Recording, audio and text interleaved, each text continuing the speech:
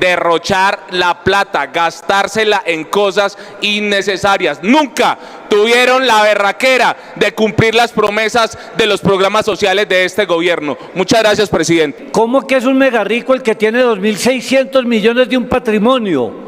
Porque es que le están bajando de 72.000 VT a 40.000. Eso significa que una casa en Bogotá, con un carro, en una persona de clase media, empieza a ser sujeto pasivo del impuesto al patrimonio. Esos no son los mega ricos. La reforma tributaria de Petro murió sin gloria. El Congreso la hundió y dejó al gobierno desnudo frente al país. El discurso de victimización no les funcionó, porque esta vez las cifras, el derroche y la incapacidad salieron a flote. La oposición expuso cómo el gobierno quemó miles de millones en propaganda, burocracia y caprichos, y ahora pretendía volver a exprimir el bolsillo de los colombianos. No se dejen engañar. Con este mismo cuento en el año 2022, les clavaron una reforma tributaria que supuestamente era para los 4.000 más ricos del país, eso dijo el presidente Petro, y que terminaron metiéndole la mano al bolsillo a los colombianos de las clases más populares. ¿O es que se les olvida que a los colombianos les clavaron el impuesto saludable? Que comprar una gaseosa hoy es más costoso, que comprar una barra de salchichón, una libra de mortadela es más costoso, o un yogur, o un litro de leche, con el romanticismo de que les están cuidando la salud. Y si no, fíjense ahí, congresistas, cuántos de ustedes tienen una Coca-Cola al lado, porque si está mal que alguien pobre no pueda comprar una gaseosa, pero ustedes sí se la toman todos los días acá. Entonces, al pueblo colombiano no lo engañen. Las reformas tributarias de Petro no tienen nada de progresivas. Todas las que ha planteado son regresivas. Son para cobrarle impuestos tanto al que gana muy poquito como al que gana mucho. Y el impacto más fuerte siempre lo reciben las clases populares. Ustedes fueron los que traicionaron al pueblo colombiano. Cuando este Congreso, aquí algunos les aprobaron esa reforma tributaria del año 2022, ustedes se gastaron esa plata en las asesorías de imagen de Verónica Alcocer, en la contratación del séquito de colaboradores y los masajes, en más de 12.000 millones de pesos que se gastan anuales en arriendo de las 10 embajadas y 6 consulados inservibles e innecesarios, en los 300.000 millones en el fracasado proceso de paz total, en las tarimas y en los conciertos necesarios para cada presentación del presidente Petro para poderle mantener el ego y mantenerle su posición narcisista arriba. Se gastaron la plata pagándole a influencers y a bodegueros para estar atacando a la oposición. Ustedes se gastaron la plata de la vivienda de interés social, se gastaron la plata de las vías, se gastaron la plata de la infraestructura en este país derrochándosela en funcionamiento. Esa es la realidad de por qué están buscando otra reforma tributaria. Así que díganle la verdad al pueblo colombiano, ustedes no saben administrar y cuando les aprobaron una reforma tributaria lo único que hicieron fue derrochar la plata, gastársela en cosas innecesarias. Nunca tuvieron la berraquera de cumplir las promesas de los programas sociales de este gobierno. Muchas gracias, presidente. Gracias, representante. Sonido para el representante Escardario. Mucha información un poco inexacta. Que dice que esta reforma era para los mega ricos, los de los 148.000 millones de pesos. Hombre, no, siquiera léanla pues, para que se puedan referir a ella con rigor. Yo suspendo mientras, ¿qué están diciendo? Oh, presidente, por favor, reintégreme el tiempo, iníciemelo. Avanza y te damos más tiempo.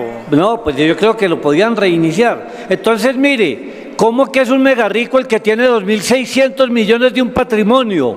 Porque es que le están bajando de 72.000 VT a 40.000.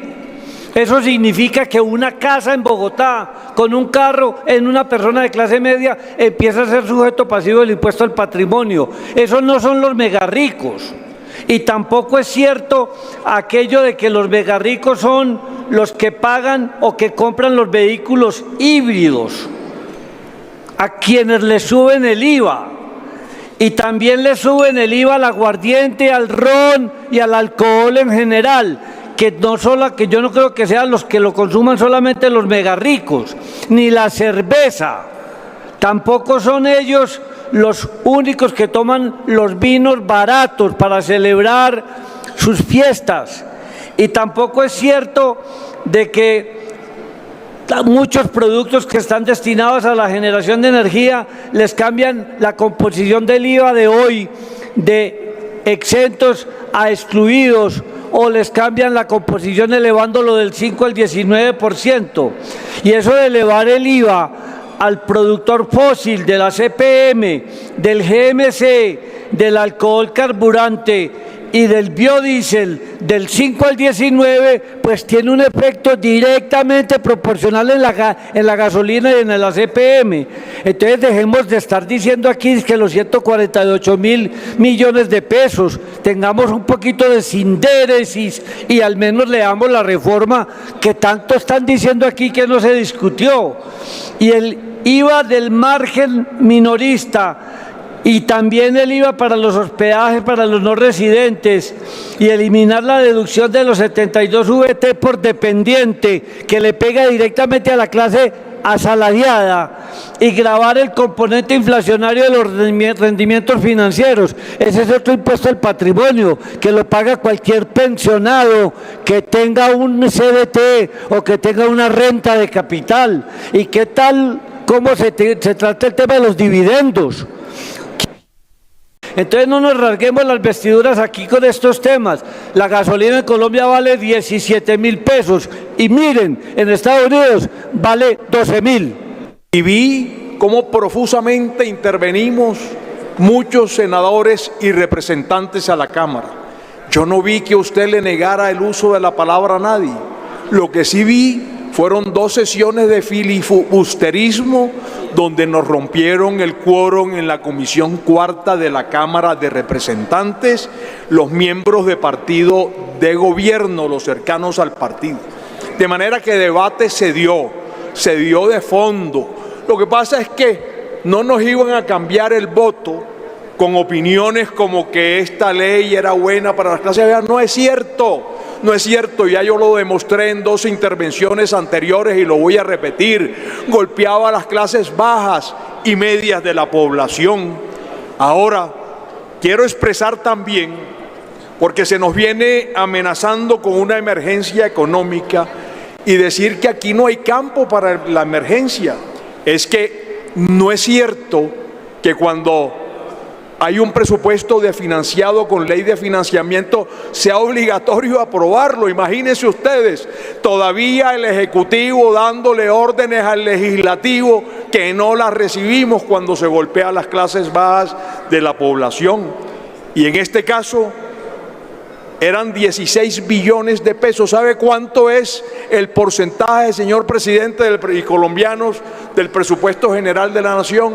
3%. Y la ley dice que son recursos, esos de la ley de financiamiento son siempre recursos condicionados a su aprobación, de manera que viene el recorte, y el recorte debe ser en el gasto, un gasto que ha crecido profusamente en 38 billones en promedio anual, mientras la inversión solo 4.8, incluso en un año 2024 a 2025 cayó la inversión en Colombia. Lo ocurrido en el Congreso confirmó que el país ya no tolera más reformas tributarias improvisadas ni más engaños disfrazados de progresividad. La derrota demostró que el gobierno gastó la plata en lujos, viajes, influencers, embajadas inútiles y shows políticos, dejando sin recurso lo verdaderamente prioritario.